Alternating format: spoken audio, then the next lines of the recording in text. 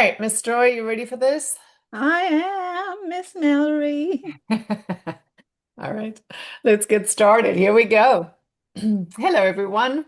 I'm Melory Johnson, 25-year beauty veteran, consultant, and strategist. Welcome to Pretty Equity, where we tackle the real issues facing beauty founders and investors and bring you the answers from the experts behind the deals. Beauty doesn't just sell products. It sells relief and it sells hope. In fact, if you've been in beauty long enough, you've heard cosmetics referred to as hope in a jar. And like most jokes, it's funny because it's true. Hope that this time the cream will work. Hope that what we see in the mirror today will look different tomorrow. And hope that confidence, relevance, or youth can somehow be restored by what's in that jar. And hope is a powerful thing to sell because when a product is tied to hope, the emotional stakes become very high. And when the promise doesn't deliver, the consumer often assumes the failure is theirs, not the product, not the marketing, and not the system themselves. And today, that dynamic is playing out in an environment that's entirely different to the way it was in the past. Beauty marketing used to happen through advertisements and magazine campaigns. Today, it happens through algorithms, influencers, and millions of individuals performing beauty in public, filming and photographing themselves anywhere and everywhere in order to chase validation from complete strangers online. Beauty has shifted from something we pursued to now something we perform. So today we're going to explore something the industry rarely discusses openly. What happens psychologically when beauty sells hope that it cannot consistently deliver? And what responsibility does a founder, brand, and investor have in shaping the systems that sell that hope? So today, to help me unpack it all, is a new guest to the series, Joy Langley, a therapist and stress management coach who has helped bring clarity to the lives of over 600 professionals. Joy, welcome to Pretty Equity. I am so excited to talk to you today. And I'm very much looking forward to speaking to you, Melory, about this topic. Something new for me to talk about, but it's very interesting. Wonderful, wonderful. Okay, so beauty has always sold aspiration, but aspiration becomes psychologically complex when it shifts into emotional dependency. The problem is no longer this product will improve my skin. The problem is now this product will improve how I feel about myself. And that is a much heavier psychological contract. Joy, you mentioned something to me that I thought was interesting. You said beauty products don't just promise better skin, they often imply something deeper. I can't speak today. What did you mean by that? What happens psychologically when self-worth becomes tied to an external solution? Yes, it's interesting how we do get our self-worth and self-esteem. And I would probably want to just separate out those two words because people do get them confused. Your self-worth is really what you have from the moment you're born to the moment you die. It's something that's there.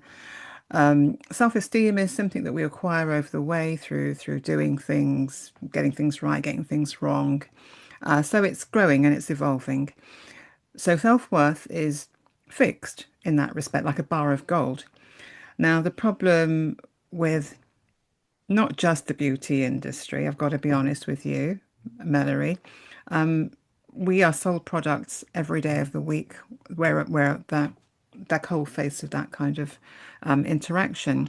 The problem happens because different products tap into, let's say, different biological, psychological needs. You may have heard of Maslow's hierarchy of needs, and there are five levels there. So the basic one tapping into physiological needs, food, water, etc. The next one tapping into your safety needs. So do you have a roof over your head? Do you feel safe where you are? The next one is going to be tapping into your, I think it's the self-esteem. Just double check, make sure I don't get this wrong. Yeah, your sort of safety needs first, then love and belonging and connection happens next, and then it's going to be self-esteem, which is status, other things around that. And then finally, this top word, high word called self-actualization, which is a weird word, but it means that you're reaching the best that you can be, the highest that you're ever going to, you've reached your peak in the world. It's what you were designed to be, you've become. That's why you're on this planet. So with beauty products, and I've been doing a little bit more reading around it, it's really about it has the ability to tap into a lot of those levels, possibly five of those levels. Whereas most other products that we have, because I was thinking about what's the difference between buying a loaf of bread, buying a bike, or buying a boomerang? Melory, I love all my alliteration things, but anyway, so all the B's, bread, bike, or boomerang. What's the difference?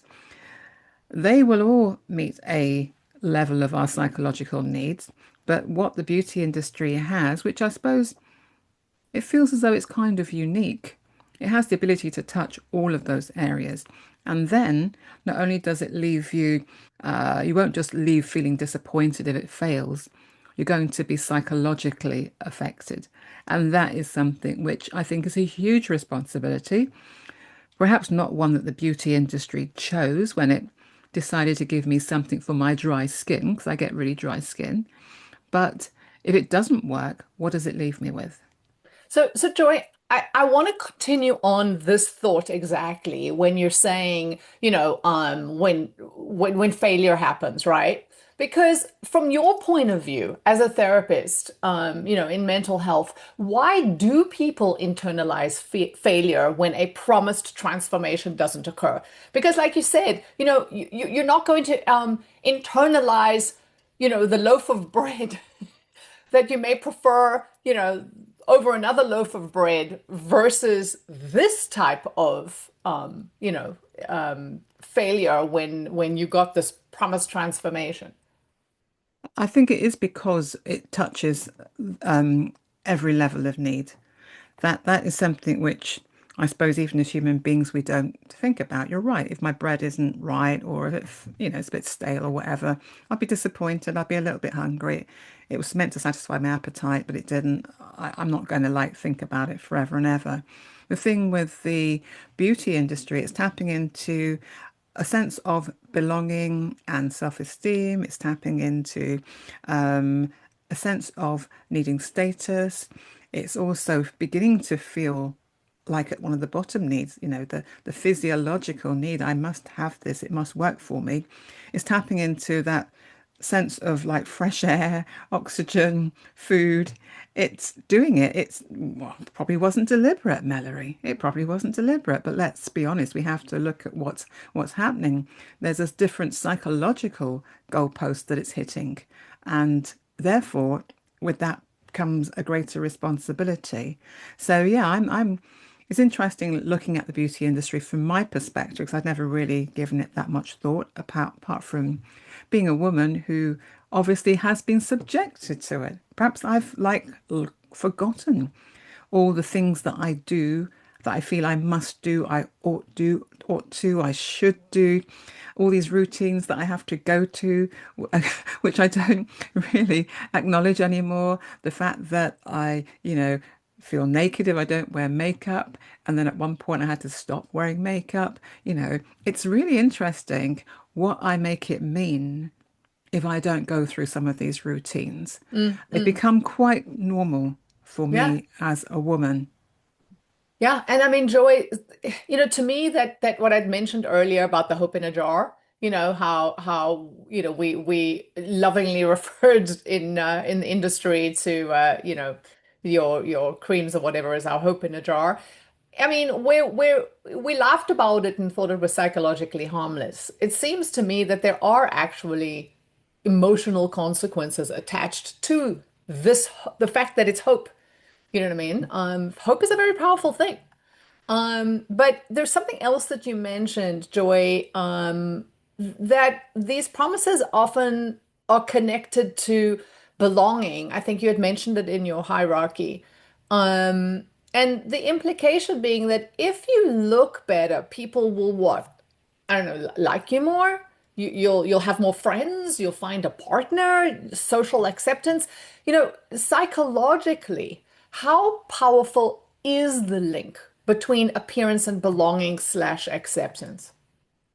I think it's huge, and we we only have to, I suppose, put ourselves in a place where we get a sense of rejection. That can be within a group of friends, it can be within a group of family. We're trying to work, we're all trying to belong. That innate need to belong will never ever leave us. It's like just wired into us now, and that's prehistoric, historical, all that kind of stuff. So it's part of human nature. Basically do need to belong, and that's so that we can be part of a tribe. If we go back to ancient times, being part of a group of people is safer than being out on the plains or in the snow or in the jungle, wherever it might be, all by yourself. Me and you together, Mallory, we might get through this bloody jungle. We might get through it. On my own, I might not get through it. So there is a need for belonging and cooperation and forming groups. And therefore, if me and you, just as a unit, rely on each other, I have to make sure that I'm not upsetting you too much, Melanie, and I'm being acceptable to you. And so even though we're talking about beauty, it's about, do I look right for you? You know, if I have a bad hair day, Mary, will you hate me or not? Will you abandon me? Will you throw me out? I really don't know. I hope you wouldn't. No, you're safe. I don't worry about bad hair You're days. I safe. mean, the wrong color lipstick maybe, but bad hair day, ah. Oh, Mellory, you're far too kind. So we have to look out for the fact that tribal instinct to belong is necessary. And we learn that. So being accepted is high. Being rejected can be dangerous. And we're sort of like overlapping into territory that if I look good, then someone will find me acceptable. And if I'm told to do X or to do Y or to do Z, and that will make you more acceptable, Joy, I don't actually realize on a psychological level, it's saying it's making me feel safe. I Mm, will be safe. I will live to fight another day. Mallory is going to keep me in her gang. She's not going to like throw me out. So there's a mm, lot of things going on which we're not speaking mm, about. mm. And I know it's unfortunate that, the beauty industry may be feeling it's got had a lot of pressure put on its shoulders, but unfortunately, with what did Superman say to his uncle? With great response with I've got to get this right, I Mallory. think that was Spider-Man. I think Spider-Man, that's it, my son will Spider-Man. be Oh, I pleased love that the I know that Spider-Man. it was Spider-Man. Yes, with great response. What with great power comes great response. Oh my God, now I'm messing this up. That's With it. with great Great power power comes comes great great responsibility. responsibility. See, that's it. Spider-Man. And it's true. With great power does come great responsibility. So you cannot like pretend that you don't have that. So with all the beauty products are not just promising. Let's say if it's a skin thing, and I do get bad skin. So it's not just promising joy, this will make your skin okay. It's promising that your skin will be glowing and it will be keep nice and soft and you won't age, Joy. And it's promising that people will look at me and just say, oh God, Joy, you look so stunning today. There's a lot of things that you can put on it, but this also comes back to basic marketing and advertising, Mallory, of which you're an expert. Beauty products are not different from any other product that has to sell itself. You know, we call it the PAS model, the pain and the agitation and finding the solution. The desire starts at the beginning, and then you get the pain, the agitation, and then the solution. So it's not different, but it's just that it has a mega psychological impact, which It's to do with the sense of self. Your sense of self-esteem taps into your status, taps into your, just it just taps into a lot of the needs of human beings, which keep us alive, I suppose, and Hmm. well. And I think So I think of mental health's a big thing, Yeah, no, absolutely. Melory, And I think as well, Joy, there's another element to it that makes it even more complicated is when you look at the behavior between men and women, right? And again, I think that was part of what you had said earlier about safety, right? So the idea was if you had a man, if you had a husband, if you had a family, right, you were safer as a woman than a woman alone. You know what I mean? Not you think about the Dark Ages, the barbarians, even the days of war where you know what I mean, women alone could find themselves in mortal danger if they didn't have a man. And I think part of the maybe the pressure on women is that innate desire or need to have the man. So I mean, to what lengths will we go to make sure that we are desired and we are wanted so that somebody will take us in and keep us safe. yes. And I'm just talking off the top of my head here, just what I mean, off the cuff. I haven't actually thought this through, but that's kind of as you were speaking about belonging and safety, I was thinking about that lens too. And you're quite right, Mallory. 100% right. I think, as women in a modern society, we forget really it wasn't that long ago. It wasn't that long ago that we didn't have any financial power, any economic power. If we did get married. We weren't our own person. We belonged literally to our husband. Our children didn't belong to us either. They belonged to our husband. So we kind of like managed to crawl out of that. But we're left with the remnants of still needing to be very appealing and very pretty and, you know, get a mate. And if we looked at, let's say, the animal kingdom, you do have animals that will be, in terms of that mating ritual, you get a peacock, which is the male, will have the fan that will come out to try and attract the female. Women also, we just have to make sure that we're healthy and we look fertile and we're attractive so that we are attracting a mate. So there's a lot going on perhaps which we don't sit down every day and run through what's happening. But if we Mm-hmm. take a simple thing like, why do I have to look quote unquote pretty? You know, that's making an assumption that without it, I'm ugly. If we're looking at two ends of the scale, ugly, pretty. If you put this on, Joy, you'll be pretty. Prettier, pretty. I mean, what's happening? So, and without it, what am I? Mm-hmm. I am obviously ugly. Now, I've been trained to feel that way about me. I didn't set out as a young child thinking that, who I am as a human being is not enough. I am enough as I stand here with no makeup and scruffy hair and whatever. But somewhere along the line, I've learned that, oh no, you're a woman, Joy. You do not stand as you are in your natural beauty. I'm afraid you have to do this. Yeah, and I mean, and then it becomes even more complicated, which, it could be a conversation for another day, but it becomes even more complicated when you move from just the lipstick, right, or glowing skin to body augmentation, to surgeries. You know what I'm saying? To things that are irreversible. Because then, that's another kind of body image. And if you look at fashion over the years, you'll see how body image has changed. How, you know what I mean? In one era, it was the voluptuous, hourglass shaped body that was seen as beautiful. And then in another era, it was that waif thin, skinny model who, the Kate Moss, Twiggy. era. hmm and then it changes again. Now, I mean, now you're seeing women putting in implants in places that, I when I was growing up, I thought, okay, no, you don't want that there. You know what I mean? Like, it's not just the breast implants now. There's butt implants. There's all kinds of things that change the shape of not just your face, but of your entire body. And I think we're kind of going down a rabbit hole here, but But but but the but I you know but the it's idea is, feeding. But sorry, go Melory, ahead. it's feeding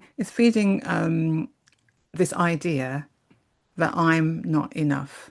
Mm, So we were looking at really what is happening on a psychological level, that the beauty industry just basically ends up falling across all these different levels of human needs, which means that it has to be more responsible in the message that it puts out and the promises, literally the promises that it makes, mm. Mallory. You're quite right. When I said about at the beginning, what's the difference between a loaf of bread, a bicycle, and a boomerang? They're things that we buy. And the marketing is probably the same as they are in the beauty industry. But is there a lasting impression about the fact that I don't have my boomerang anymore? Does it leave a psychological dent on me so that later on in life I have to see a therapist? If my loaf of bread isn't right or stale, again, I might go hungry for a short time, but then I'll be okay. Hopefully, the next day I'll find something else to eat. And if Yeah. my bicycle doesn't work, okay, it's an inconvenience. I can't get to work, but I might fix it. I might walk. So, but what's happening with something, as you said, the hope in a jar is very interesting. But Mm, that mm. jar is being given so many sort of magical qualities and so many long-lasting qualities. It has to have it's having an impact on me which goes beyond just the day, Yeah, I beyond think I just the think week. for human beings, the word hope is enormous. But for the investors in our audience, I think founders rarely think of themselves as selling emotional outcomes. But investors, you should, because the more a brand sells identity transformation, what Joy and I were just talking about, instead of product function, the more fragile the brand promises become. And that has implications for trust, retention, reputation, regulatory scrutiny, and long-term brand equity. As I mentioned, beauty used to be aspirational. A model in a campaign, a celebrity in a magazine. But today, everyone is expected to be the model. Open any social platform and you'll see it everywhere. People filming themselves dancing alone or posing for what seems like endless selfies in every public space imaginable. And then spending hours uploading those carefully edited images, which in essence are designed purely for attention online. And the camera isn't capturing the world around them, it's capturing only them. And, they're not focused on anything other than the reactions they want to get in response to these images online. And once those images are uploaded, their attention then shifts entirely to the reactions, the likes, the comments, the clicks, the views that they receive. So, what I'm saying in essence is that beauty, and I'm going to use the term very loosely, has become a performance for the algorithm. And with all that said, Joy, what happens psychologically when identity becomes something that's performative for validation? If you understand what I mean by that question. Yeah, yeah. And it's kind of asking, who will I be if I'm not out there being seen, demonstrating beauty, Mhm, mhm. demonstrating That something? I am beautiful, correct. Yeah. Yeah, it's like Performing being my on a beauty. so Uh-huh. being on a stage. So from being something which I would have probably done for myself, because let's say, like we mentioned, the skin cream or the lipstick or the special hair gel, normally you'd be just doing it for me. If no one ever saw it, if no one ever felt, oh, that's amazing, Joy, I'd still be okay because I'm doing it for me. So now it becomes something that I'm doing for you, Melory. And it's almost like invisibly stepping outside of myself and looking in at me. So there's this word called self-objectification, which is a big long word for I'm able to almost have this out of body experience and be looking at myself and judging myself, measuring myself, and constantly doing that all day creates this huge sense of self-consciousness. My mum unfortunately made me very self-conscious. She was always saying, oh, fix this and fix that and make sure your hair's like a... And so you begin to second guess, will Melory like this? Will Melory actually like my hair today? Will Melory actually like the earrings that I'm wearing? Will Melory like this necklace that, I mean, it goes on and on. It's always about being judged. And there's this outside group of people who are going to either find me, a winner. Yeah, you did well, Joy. Or no, Joy, you've completely failed. And So I think, Joy, that yes, I agree with all of that. Because eh, when you want the group that you belong to want you and love you and accept you, and you know what I mean, and you're doing everything right in their eyes. But what scares me is that how much of that acceptance comes from complete strangers online. Like, these people, they want to have more and more and more followers, right? And it's almost like their self-esteem is based on what these followers think of them or how they react, and whether they get a thumbs up or a love, a heart in reaction to what they've posted, right? I've been there. But the I've been truth there, is Mallory. that do any of these people even know who they are? Does it matter that a complete stranger thinks you look good or you don't look good? I feel like it used to be that it didn't matter what a stranger thought. It only mattered, you know what I mean, what your inner circle thought. But now it seems that there is no inner circle anymore. Uh, I don't know. but I mean, I'm asking Mallory, you. Mallory, what you're saying makes complete sense because this, if we're going back to that basic sense of needing to belong or to be acceptable to somebody else so that you can survive, that's fine. But the circle, if we looked at a circle, me and you being in a circle, and then the circle, another circle outside of that, another circle outside of it, the attention, let's say, or the gaze has been becoming wider and wider. So from me and my small family to me and my small community to then me and then the newspapers and adverts and radio things influencing me and television, and then an even wider circle now with the internet. So it's to do with this move from what I would call a local market to a global market. So I have become this, and I won't even blame the rest of the world because the rest of the world is not doing anything to me. It's me imagining that everybody is paying attention to me. I know how to be self-conscious, Mallory. That's why when I was in my teens, into my early 20s, I would never leave the house without wearing any makeup. It's like I'm not a famous celebrity. I don't know if anyone's going to take a picture of me. I doubt it very much. But I have the same kind of self-consciousness. And even sometimes I've got milk that's delivered to my doorstep early in the morning at like 6:30. I want to sneak out and get it. And I think, oh my God, the world's watching me. No, the world is not watching you, Joy. There's a lot of self-talk going on in here, which is not very healthy. So you're not wrong about the the idea of who is watching us has got bigger. Now, the question about me getting that little warm, fuzzy feeling inside from a heart or from a thumbs up on my post, I get that now, Mallory. So that is basically the dopamine being triggered and me getting that little bit of reward. Because when I don't get them, I get a huge sense of disappointment, Mallory. I really do. So, we're not saying that that particular mechanism doesn't happen anywhere else. We're looking at if you're doing that because you are thinking, do I look pretty today? Have I done my eyebrows well? Have you noticed what I'm wearing? Or so this clamor for attention is also a way of asking to be loved and to be liked, Mallory. So on one level, perhaps I should feel sorry for someone. Perhaps I should be like kinder to them, and that you really need to do that to feel good about yourself. Because that is the question. You really need to do that. And the person would deny it because you're quite right. Sometimes it can look like self-confidence.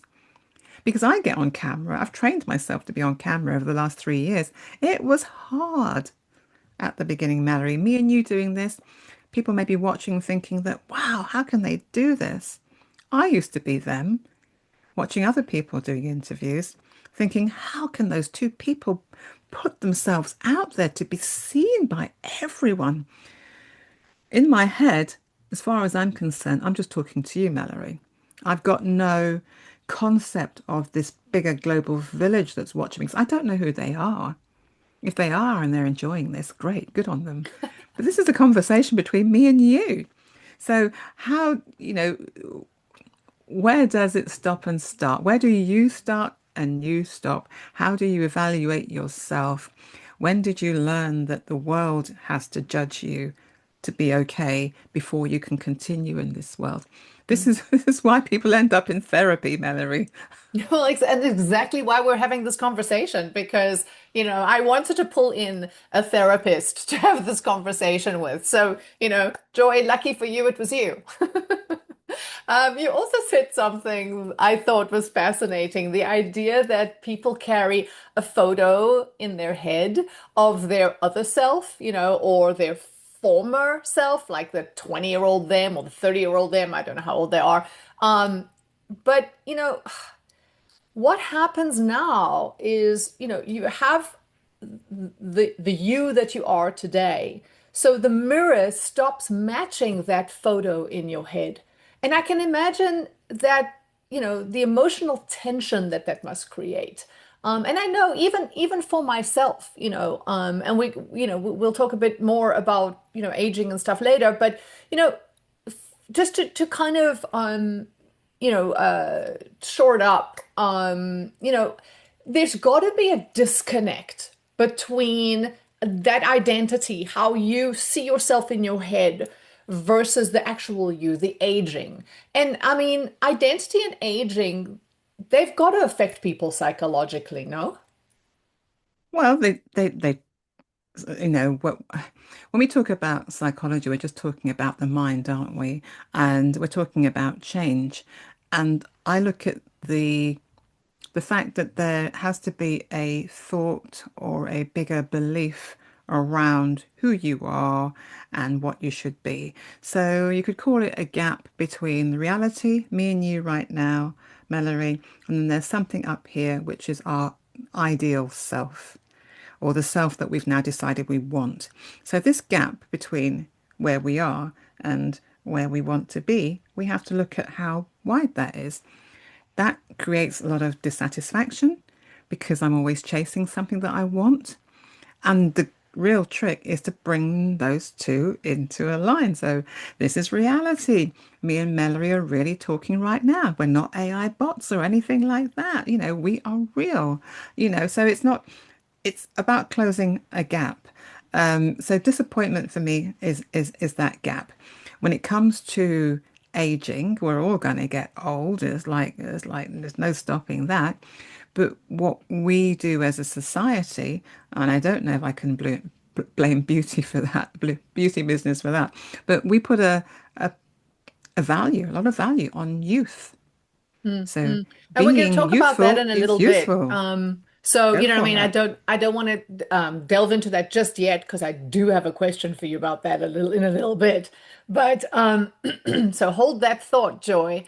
But I just want to shout out to the investors watching and listening. Um, the social media environment has created a marketing infrastructure where brands now increasingly rely on influencer amplification, social media aesthetics, and algorithm-driven visibility. Exactly what we've just been talking about. And with all that in mind, you should be asking, is the brand building trust or simply renting attention? Because attention is volatile. Trust, on the other hand, compounds. Okay, so Joy, let's pivot here and tackle another issue I want to address. Because in the midst of all of this, something else is happening in the beauty ecosystem that founders and investors should pay attention to. And that's the explosion of this attention-seeking content online.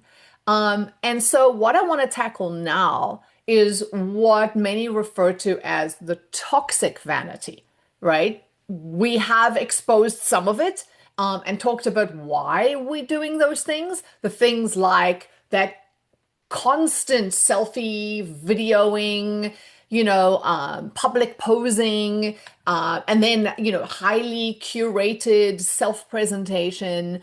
And this behavior is often framed as empowerment, right? Like you had actually said, you look at these people and you think, oh, wow, they must have such, they must have such a high self-esteem, you know what I mean? They must, but the truth I don't know. I mean, to me, it looks like performative attention seeking. Like nothing, there's nothing to me that looks like empowerment. And the attention seeking behavior sends signals, and I'm talking again to investors and founders here. The attention seeking behavior sends signals about priorities, signals about self perception, and signals about how someone wants to be seen and, yes, judged. For founders and investors, those signals matter because they can influence decisions about hiring, partnerships, leadership, and most importantly, trust. Joy, this here's my question to you. When someone begins presenting themselves primarily for attention or validation online, what does that reveal to you about their relationship with their identity and self-worth?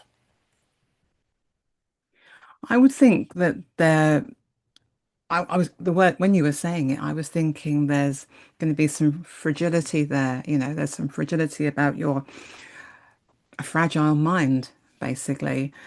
We have to, at some point, just as we learn to stand and walk and talk, we have to be able to inhabit our own bodies and feel good about it. So, in a way, you're quite right. The outward, the public display of this is who I am, and for want of a word, performance, this is who I am all of the time. You have to question, why do you need to do that? What is that feeding? It made me think about, it becomes quite addictive. If I don't do it, then, you know, I get the shakes, but not quite the shakes like it would be with alcohol, but I miss it. I miss it. But we have to look at the connection between what hormones are at work, the dopamine being rewarded, sometimes the serotonin, the feeling of connection being rewarded. And if you're not getting that hit every time, yes, it could feel like a withdrawal. But attention, we're in an attention economy. I get that. If you are an investor and if you are a founder, are there qualities that you need in this day and age? Do you need to have that kind of resilience in the area of being able to talk about your product, your services? Is it a good thing? Is it a bad thing? I think that there's a fine line, I think, Melory, between something being okay and then it not being okay. And I call it, look at everything on a scale, of 0 to 10, or one thing, one item at this end, one end at the other. So it could be bad at this end and good at this end. And like a sliding scale, like playing a piano, you're moving up and down it all the time. There's a cut-off point in the middle where whatever you were doing was okay, and then suddenly it's not. So for me, and for you, Mallory, me and you could be appearing to be crying out for attention because we're having this conversation. And it's not just between me and you behind closed doors or having a pizza. Me and you have made a decision to do it publicly, Mallory. So let's be honest about that. This is a very public, conversation. Everyone can hear it. But what does that do, as you said, once you're in a company and you've got that ability? You've got that ability. My question would be, do you know how to turn it off? Or do you know how to stop? Are you in control of it, or is it in control of you? Because having a strong sense of self in leadership, it's really about a lot of the time being able to take a back seat and letting everybody else get on with it. It's not about me being seen all the time. Hey, look at me, I'm Joy. I don't have to float around the people that I'm working with, say, hey, have you noticed me? Hey, take a picture of me. It's like, let them get on with their stuff. I do my job. I do my bigger work, which is the vision and making sure I'm steering the ship to the right place. And you guys do what you're best at. So it's more to do with, can I do that? Can I keep still for more than 5 seconds? Can I keep still without looking at my phone? So that becomes that kind of anxiety inducing behavior. But, again, to the founders and, or brand owners, you know, with everything that you've just said, Joy, I look at it in terms of, job candidates, for example, and particularly in leadership roles. You had mentioned their leaders. Um, you know, for me, if it's my brand, if I'm the founder of the brand and I've got job candidates in front of me, the first thing I want to do is I want to look at their social media profiles, right? And because it's going to tell me a lot about them, right? It's not just what they look like, it's not just their appearance, but about their priorities. Do they present themselves as thoughtful professionals, disciplined builders, collaborative team members? Or are they just presenting themselves as unserious, attention-seeking performers? Everything we just described. And, if you're an investor evaluating founders or looking for your next CEO, what signal does constant attention-driven social media activity send? Does it suggest focus and discipline or distraction? Because to me, the social media environment we've been discussing doesn't just shape consumers, it also reveals something about the people building the companies. So I want to just talk about that for a minute. And then Joy, I have some more questions for you. But there are four signals that I advise my clients to pay attention to. One, attention versus execution. So is this person, the job applicant, is this person primarily focused on building something or being seen building something? Because serious execution doesn't happen in front of a camera. Okay, signal two, identity versus mission. Strong founders build companies around a mission, but some founders build companies around their personal identity. And that's fine, but remember this, identity-driven brands often find themselves at risk of fragility. Signal three, discipline versus performance. So leadership requires discipline, but social media rewards performance. And companies are built through discipline, not visibility. Yes, visibility plays a part, but the discipline is what builds that company. And finally, signal four is validation versus conviction. So great founders often operate from conviction. But when identity becomes tied to clicks and views, leadership can become emotionally dependent on external validation. But in the end, markets reward execution, not validation. Okay, so moving on. With all that said, I want to pivot again here to a slightly different topic, and that is the commercialization of the fear of aging. Because age once represented wisdom, experience, authority, but in today's modern world, it's often framed as something to prevent, reverse, delay, or even cure.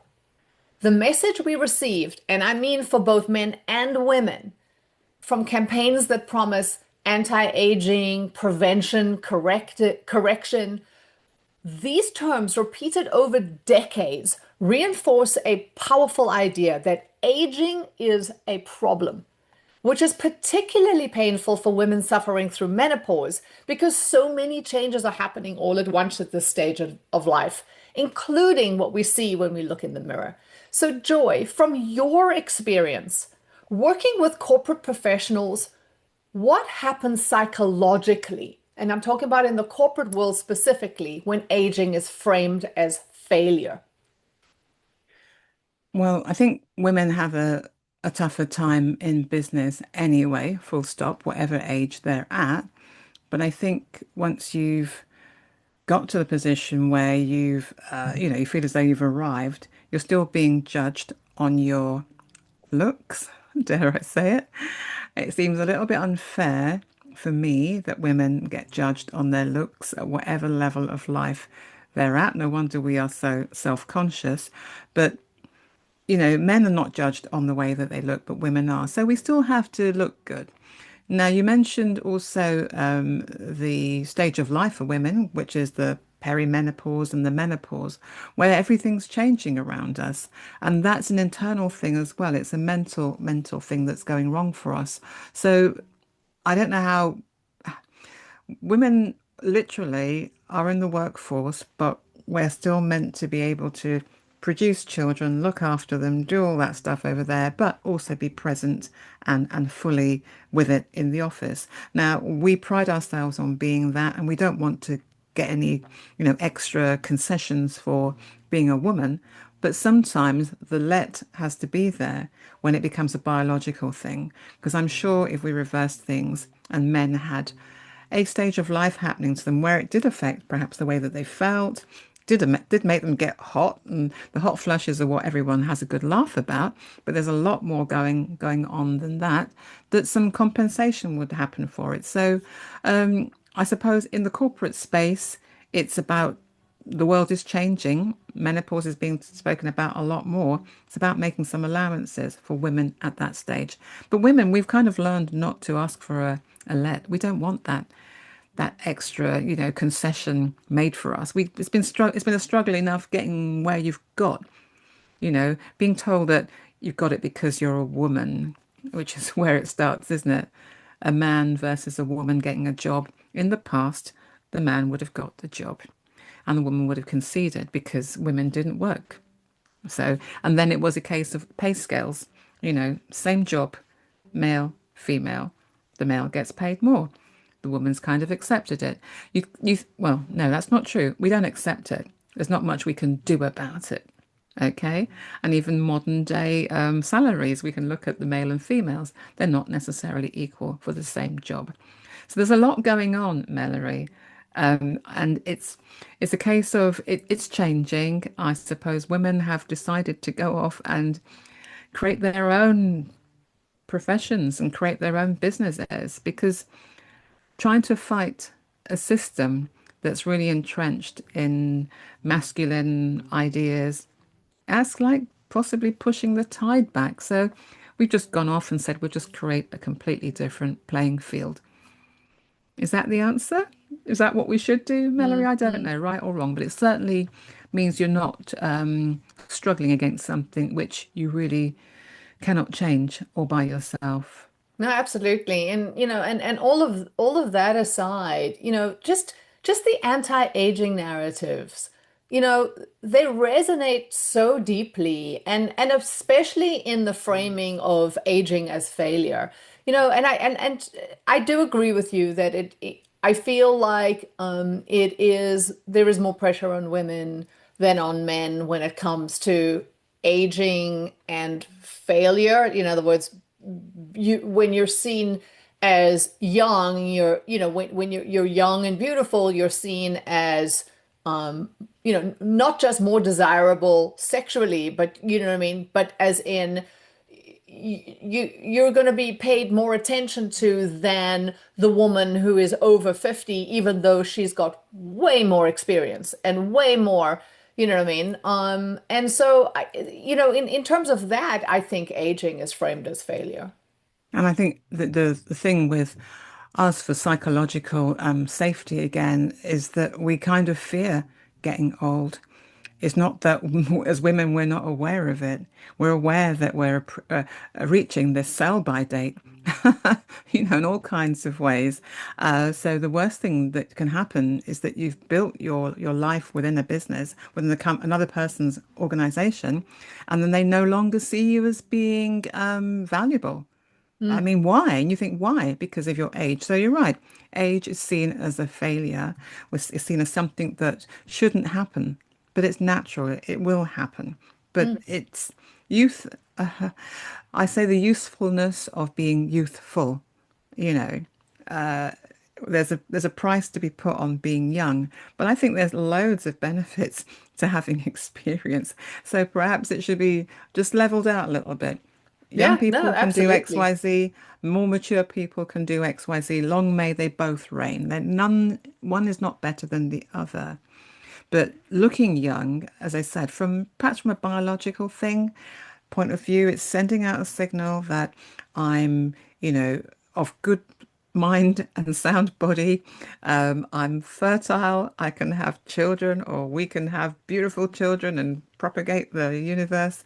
It sends out some really good signals. And animals, I'm sure they recognize that too. They're not going to look at another, they're not going to mate with another animal that's probably not going to biologically deliver good stuff, Mm, male and mm, female. So mm. there's something going on inside of us which is not helpful. It's just there. But I think given that we are pretty smart human beings, we can override that if we want to. It's been a very male dominated industry. So That's Joey, that's all I can let's say. just talk about men here for a second, And don't, oh, please because don't vilify the poor men. The poor, like they do get a rough time from us, don't I they? know. You know what? Let's actually just talk about men here for a second. And to all the, the men watching and listening, this is not going to be a knock at you, I promise. Well, this isn't one of those discussions. But pressure there's as much pressure on aging today on men as there are. It's not just limited to women. Men feel the pressure too. And, we're increasingly seeing the same messaging directed toward men. It's just slightly different. It's a little, more nuanced, but, from a psychological point of view.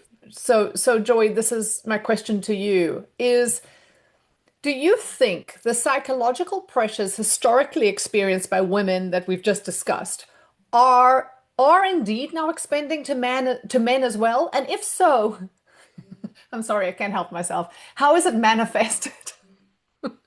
Oh, that was a very low blow, wasn't it, Sorry, I couldn't Melory? help myself. I was trying to think of a better word, but I had to put manifested in there. Sorry.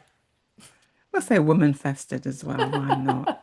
But yes, no, toward men, you know what I mean? The psychological pressures are there for them too, So, how are you seeing it as a therapist? Are you seeing this kind of thing with men, in your line of work?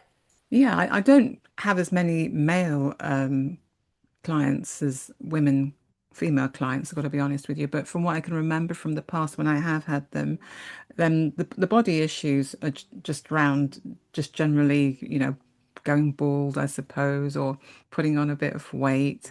So men worry about those things, and also they are subject to the advertising that's out there. I was very surprised when men started wearing skin cream and thinking about their skin. And then when they started thinking about their nails, I thought, oh, goodness me. And my husband, he's a musician and he's got beautiful nails. He has to have one hand is so beautifully manicured, the other one. So I do have a laugh with him and say, you're just another woman, you are. You file your nails more than I do. You really, really do. So I think men are subject to the same pressures as women, the desire to, or the need to look beautiful. Again, we're also looking at desirability. Will I appeal to the opposite sex or the person that I want to have in my life? And all the products are there. And it's taken a little bit of time for, I think, men to to embrace this whole thing about, yeah, your skin is the same as a woman's skin in most respects. Also, they have problems with having to shave every day. So there's lots of things they have to do.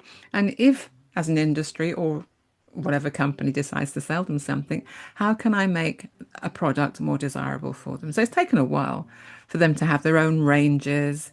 It's now they're competing with us on our, in our bathroom with stuff on the shelf, like his and hers. I'm like, please, this is mine, not his and hers. So but I think it's a good thing that men are getting into that, but obviously, same problems with women. It's about, are you making it, without it, who are you? And without it, what would you make it mean? Mm. So I don't think anything is bad in and of itself, Mallory. The main question I get everyone to think about, because if you want to work out whether you have a problem, I will say, well, let's think about how you'll feel if you don't have it. Yeah, I think Joy, it's also you talk about your husband. So with my husband has always been a closet girl. And what I mean by that is that whatever I was buying for myself, I would see him sneaking it for himself. But the point was is that it was always done on the sly. And I think that's where things have changed now today is that men are more open about it. It's okay to be the metrosexual. You know what I'm saying? Where it used to be before, it was like, well, I'm a man. You know what I mean? I don't care about this. I don't care about SPF. You know what I'm saying? But yet now it's men are more aware of their skin. They are, wanting to like I said, my husband came to me the other day and he goes, I don't think my eye cream is working. What do you think? And I actually wants to laugh out loud, but if I did, I knew that he would be very upset with me and then tell me he'll never ask me something sensitive again. So, you know what I mean? So I think it's just that men maybe didn't feel masculine enough if they started showing an interest in what was seen as female or a girly products. um and now today they have their own ranges of, and look, I mean, the dead honest truth is that men's skin is different to women's skin. So that's why, the men's skincare ranges are getting bigger, and the awareness of taking care of men's skin, because a man's skin isn't the same as a woman's skin. It doesn't react the same. That there's a lot of, we're not going to get into that, but you know what I mean? Just know that there is a difference. Oh, thank you. Well, thank you for So clearing that up, Melanie. I was going to say about this whole idea around the cosmetic area. I don't know if that's something you wanted to just talk about quickly, but you good. mentioned augmentation, women. We got into like, doing things to our breasts and then doing things to our butts and then doing things to the lips. These are my natural lips. They really are. But again, wanting to have thicker lips, all kinds of things, cheek implants. Men are vain to a certain degree. They pretend Yeah. that they're not, but why shouldn't they be? And so they are subject to any messaging that is attacking, as you said, their masculinity. So things to do with having a six pack, having, really flowing locks or I don't think they bother too much. My husband certainly doesn't bother too much about the grey hair at all. But then I think it's what we make it mean. And for me, I've been thinking about this. Having men having grey hair, I think women are, it's a signal to women that they're mature and that they settled in life and that they probably have money. And I shouldn't say that, Mella. It's No, a but I mean, terrible thing to it's say. true, Joey, and we are here to point out the truth. We don't have to hide. And from a biological thing as well, we want to be with a partner who will look after us and the children. So, having lots of grey hair means you must have arrived. But women in reverse, I've got grey hair and I spent a whole year, Mallory, all right, living with my grey hair. Because at the beginning, I wanted to dye it. I've been dyeing my hair for such a long time. This year, I've said I'm just going to let it go the way that it goes. Please, God, make it look beautiful. So I've been living with it. I've been grappling with it. I've been talking about it. And it's been a painful journey of a year, but I've got here. And now I'm not going to go back. Not for now. If I do choose to dye my hair, that will be a choice as opposed to I just have to do it. So the whole thing about the cycle of beauty is that if you're really a sensible business, you are selling the product but you're also working in somewhere along the line maintenance. Mm, So mm. for me, the maintenance is obviously where the money is too, Oh, you of know. course, But absolutely. I also believe I should have been maintaining my hair with more hair dye, but I just can't be bothered anymore. No, good for you. Good for you. But, Joy, you also raised another important observation a little earlier, that the beauty industry doesn't just stop at creams and serums. Consumers are increasingly also guided toward more extreme and sometimes irreversible interventions, like aesthetic procedures and ultimately surgery. And even teenagers are now pursuing, and men are now pursuing cosmetic interventions.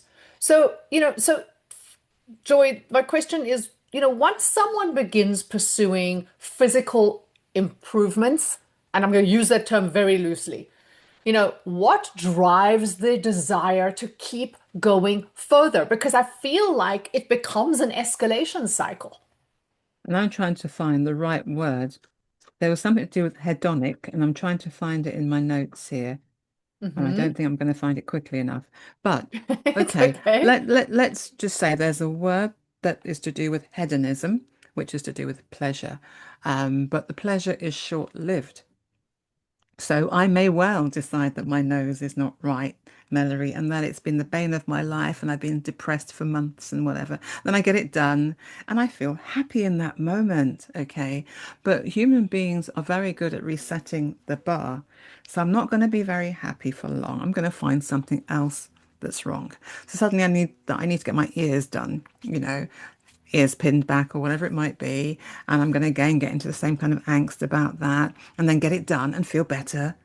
And I'll be all right for a time and then it will change. So, just talking about the fact that we keep on moving our own goalposts, um, that's what human beings do.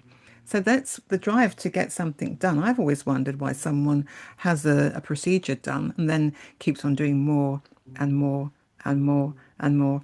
It becomes kind of addictive, but they're Mhm. resetting the bar and they're reevaluating who they are. But the problem really does start with something we discussed at the beginning of the show is that are they happy with themselves? Can they live with themselves? Can they accept who they are? And obviously, they still haven't ironed out some psychological idea of who they want to be. And I mentioned that gap between what you really are and the higher bar of what you want to be. So there's always this gap between who they are, reality, and fantasy. The real name of the game is to close that as much as you can. It Mm. probably wouldn't do the beauty industry very, I wouldn't do them, they wouldn't like it because now I don't need anything, Mallory. I'm okay just as I am. So it's It's interesting. okay, Joy. The beauty industry will never run out of products that will appeal to, whoever for whatever reason. And also remember sometimes, you know, not all beauty products are purely for, from a beauty standpoint. There are a lot of, products that from a dermatology, are necessary. Rosacea, acne, those kinds of things can be very, look, I mean, granted, those are drugs versus cosmetics, but they're still the hope in a jar in essence. And I don't want to go down that road because that's a very different conversation. But, for those watching and listening, every founder budgets for marketing and every investor evaluates revenue projections. But does anyone budget for the emotional cost of the promises we're selling? And yet, those costs show up everywhere: obsessive comparing, self criticism, and appearance anxiety, to name some. Joy, as the ramifications of our world show up in your world, right? So, as the beauty ramifications start showing up in your world, and we touched on that a little, I want to talk a little bit more about it here now. Um, you made a striking comparison in one of our past conversations, which we actually did touch on a moment ago, and that was talking about escalation. You suggested the promise of beauty products can resemble the way addiction promises relief, the belief that happiness lies at the bottom of a bottle. Do you think consumer behavior around appearance is beginning to resemble addictive patterns of hope and relief? Addiction is a word which I think I could apply to the situation that some people have found themselves because they can't stop. And addiction in itself, as a word, means the inability to stop doing something. You need more, and then you need more, and you need more. And the way that it works in the brain is that you will end up wanting more and more because the brain resets itself. If you are taking something and you're getting a real hit from it, a real dopamine rush from it, and the brain then is flooded by this particular chemical, it will decide that it will almost lower the threshold. So you have to take more to get the hit. And the more you take, it lowers the threshold again. So there's a kind of balancing in the brain. It's not stupid. It's not going to just have it flooded with this real happiness thing going on. It's going to say, okay, I'm just going to lower that a bit, Joy, like tweaking, a radio station, or just tweak that a little bit. And that's what happens. So addiction is easy to fall into. We mentioned the followers and the likes and just responding to emojis that are on a simple platform, a social platform. People that have done this are very much aware of human behavior and how we respond. And yes, we respond to rewards. A little heart, as silly as it sounds, makes me feel happy, Melory, in that moment. Mm, And I need it. I come back for more. So the problem would be stopping me from getting my pleasure from that. And I would say get back out into the real world, mm. meet Look, I some mean, real people. and joy, it's one thing when we talk about addiction to, the algorithm, addiction to the phone. I mean, here you are on your phone all day to see how people reacted to what you just posted, and you can't stop looking, and nothing else in the world matters to you in that moment other than going back to see how many people reacted to what you just posted, right? That's one kind of addiction. I mean, the other one that scares me even more than that, and that's scary enough, is the addiction to being, what you perceive as more and more beautiful, right? So it starts, like you said, with the rhinoplasty, right? The nose job.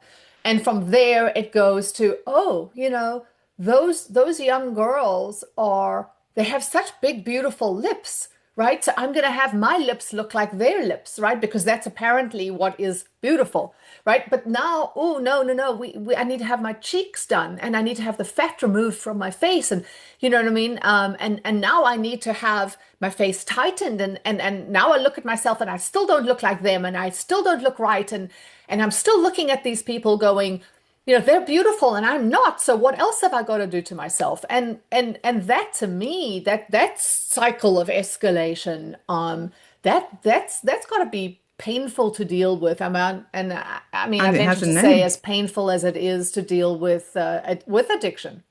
And it has a name, Melory. Ah. But body dysmorphia. So, for want of another posh word, I don't like my body. And there is a cycle of just continuing to not like your body. So we talked about the objectification, so seeing yourself as an object and looking from the outside in at yourself, and just deciding that, Joy, there's a little bit too much arm fat. Oh my God, Joy, what is that spot on your cheek? Oh my goodness, Joy, just look at the state of your knees. It's a secondary voice, and not bringing in here the mental health thing around, let's say schizophrenia or anything like that. But we have an internal voice. I talk to myself all day, be quite honest, Mallory, and I'm very good company as well. But I'm looking from the outside in at myself, and all these judgments and critiques and everything else. It's like having a terrible twin that has nothing good to say about you. It's not a healthy thing because it means it's taking up an awful lot of brain power as well. So you're never really, you mentioned about being present before, or just you're very self-absorbed. You're never present when you're always worrying about what's happening to me. It's also triggering a lot of stress because it feels like a threat. Unless I do fix this, then I'm in danger. It gets into a real mess Mm, with mm, how you feel about yourself, how you can stop, how you're triggering a cycle of stress, how it then can fall into other areas of mental health problems, anxiety and depression. So, you know, anxiety and depression are rife at the moment for various reasons. I'm sure that contributes to some of it. Body dysmorphia, it's a real thing. mm, And the lengths that people will go to when they're in that space, and then the fine line before it crosses into being classified as a mental health problem. mm, But mm. there's stuff happening which I suppose therapists may be on the receiving end of. We didn't create it, but we're on the receiving end of it because unfortunately, human beings get down about stuff. They get anxious about stuff, and on the end of like solving these anxious conditions or depressive conditions or OCD, obsessive compulsive things. But we understand that it is the brain really trying to deal with something, Well, and Joy, and I'm very grateful that you are on the receiving end so that there's always someone, I could come to when when all else fails. But jokes aside, for those who, are watching and who have watched some of my interviews in the past, you know that at some point or another, I'm going to talk about responsibility. Uh, you know, Founders don't create culture alone. And I think you may have even said that earlier, Joy, or at least alluded to it. But you founders, you guys, you do shape the messages your brands put into the world. So the question becomes, what responsibility do founders have when their products intersect with identity, confidence, and hope? And with that in mind, Joy, do you think beauty can inspire without manipulating insecurity? I'm sure it could. I think it's to do with the relentless nature of where we found ourselves at this point in time.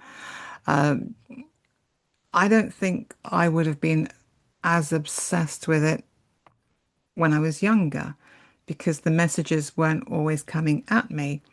It certainly wouldn't have come at me from being in the home from my parents. I had two sisters. I was one of the eldest ones, so I didn't have that pressure from them. The pressure came at school, being around my peers. So it's probably looking at the fact that we can be under these mental messages, the pressure of these mental messages, 24 hours a day, 7 days a week. I think that is the problem, Melory. Mm, mm, Um, I mean, I know the beauty industry didn't create that, but it is feeding something. hmm And people being exposed to something constantly means that they're readjusting how they feel about themselves. So it's having an impact. I think hmm it's the scale that it's a point in time where basically it's just a message that we get all of the time. And it reminds me a bit like if you're being bullied at school, there was a time in the past when at least you could go home and you could get that kind of relief from being at home. Your home was your castle. But then, young people have been given phones. So you're constantly with your phone Yeah, and you're the bullying taking that same continues. pressure back into the house, and nowhere is safe for you. So there's nowhere safe that you can hide from any of the marketing messages, not just from the beauty industry, but because we've tried to explain that it crosses so many intersections with, status and belonging and identity and love and desirability, and there's more. They're all intersecting because of if we look at Maslow's hierarchy of needs, it seems to be hitting a lot of those. Mm, mm. So therefore, it is affecting human beings on a psychological level. So there's the biology, and then there's this constant nature in terms of like exposure. It's probably a recipe for disaster, Mallory, Yeah. somewhere No, there. look, I mean, this is why I want to have this conversation about responsibility because I believe that if we understood, and the other reason why I'm having this conversation with you today, Joy, is because I think if we understood, like actually looked at what we're doing, talking of the beauty industry, if we actually took a deeper look at what are we doing to make sales, I think we can inspire without manipulating insecurity if we just were aware that that's what we were doing. Because maybe we're so focused on feeding the algorithm, you know what I mean, to get the marketing to reach, you know, whatever goals we're trying to reach from a marketing standpoint, that, you know what I mean, we're not paying attention to what we're doing. And you know, and I do believe that if we just were conscious of, you know, what we're manipulating, and can we do this ethically? Is there an ethical way to promote beauty and, you know, and promote you know, I don't know, the aspiration, the hope, the you know, whatever it is that we're marketing, is there an ethical way to do that? And I don't know what the answer is. I think I want to say yes, but that's because I'm the glass half full person. But you know, I just think that at least we're having the conversation. You know, so I don't know if you want to react to that, Joy, but you know, that's just me thinking out loud. Well, you thinking out loud made me think of a product which I don't know if I can name any names No, on you can the go show. ahead. Okay, so the product which had a big impact on me, and I think a lot of people around me, was Dove, Dove. So the Dove, when they suddenly started, showing adverts, which was just multicultural, it wasn't ageist or to do with size. It was inclusive. Mm-hmm. It gave the impression, and its lasting impression, that everyone is beautiful. And I Mm. thought that's a lovely message to give everyone. And that was age wise, that was color wise, that was, And size wise, size. Mm-hmm, mm-hmm, size wise. And mm-hmm. so there was an educational process happening in the background to try and re-educate us. And I don't know where they got their budget from to do that, because that does feel like fighting the tide. But you mentioned at the beginning about trust, and they just rose in my estimation and everybody else's. And that's why their name came immediately into my head when you said what you just said. As I'm thinking like, but there is an ethical company that I feel is ethical anyway. On the surface, it looks it to me, and it's had an impact on me, and that was Dove. Yeah, It really, yeah, it really did yeah, have a big impact on me. So yeah. education can happen. I suppose money becomes the thing that we're all chasing. We're all in business to make money. We have to decide, are we going to exercise our own ethics and our own, bring into play our own our own, lost my word there, Melory, That's all our right. conscience, just conscience. Are we Uh-huh. going to allow our own conscience to have a say in what we do in life? Because it's only the one life. Mm, What do you want to give? What do you want to take? So therefore, be conscious of what you're doing and what you're putting out in the world. And if you have children or if you have relatives, think about them. If you don't want to think about you in that moment, pouring over your millions and lots in your bank account, think about the misery that you may be creating for your own daughter or son or your nieces and your nephews.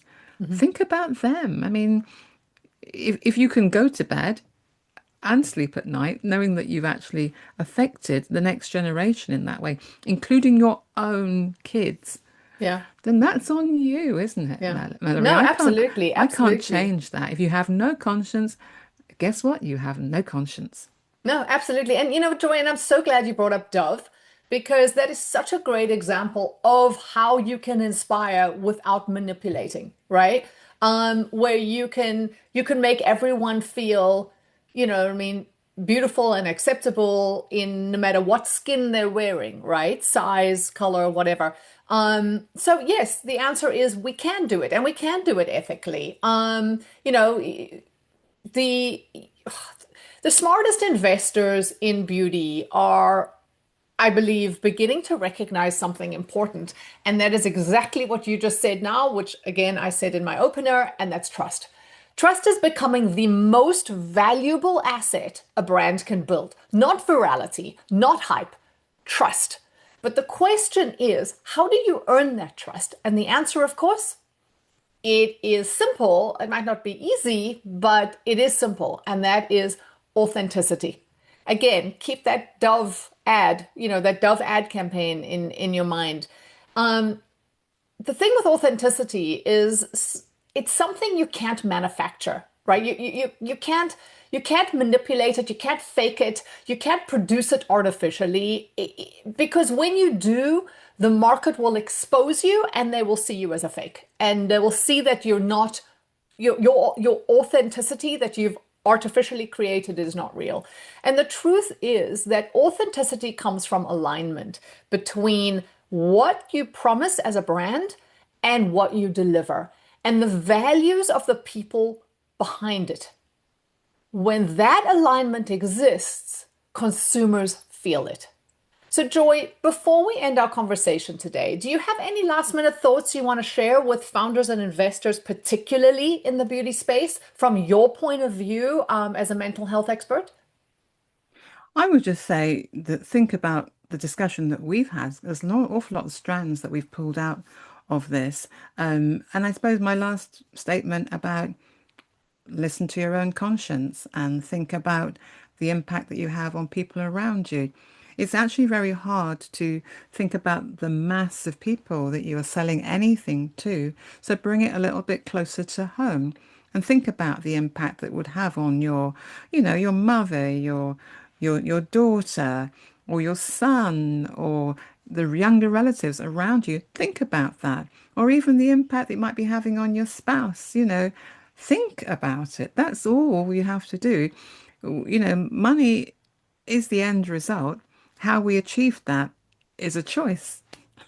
No, absolutely. Absolutely. And, you know, um, look, in the end, beauty has always sold hope. That's not going to change. But it's not the hope itself that's a problem. Hope can inspire care, creativity, self-expression, but hope can also become dangerous when it turns into dependency. When identity becomes something to optimize, when aging becomes something to fear, and when beauty becomes something to perform for strangers. Because eventually consumers will start asking a deeper question. Not just does this product work, but can I trust the people behind it? And that trust cannot be built through hype or algorithms. It comes from authenticity. The authenticity from founders and brands who are aligned with what they say, what they sell, and what they actually believe. To me, though, the real question for founders, investors, and the industry as a whole is this: what kind of beauty ecosystem are we building? One that feeds and feeds off of insecurity, or one that supports confidence without exploiting it? Because, in my opinion, the companies that will win the future of beauty will be the ones consumers trust. Joy, thank you so much for being here today. This conversation was truly eye-opening. To all of those watching and listening, thank you for being here. I hope you found this conversation as fascinating as I did. And as always, if you did find this valuable, please like it, share it, and subscribe. I'm Melory Johnson.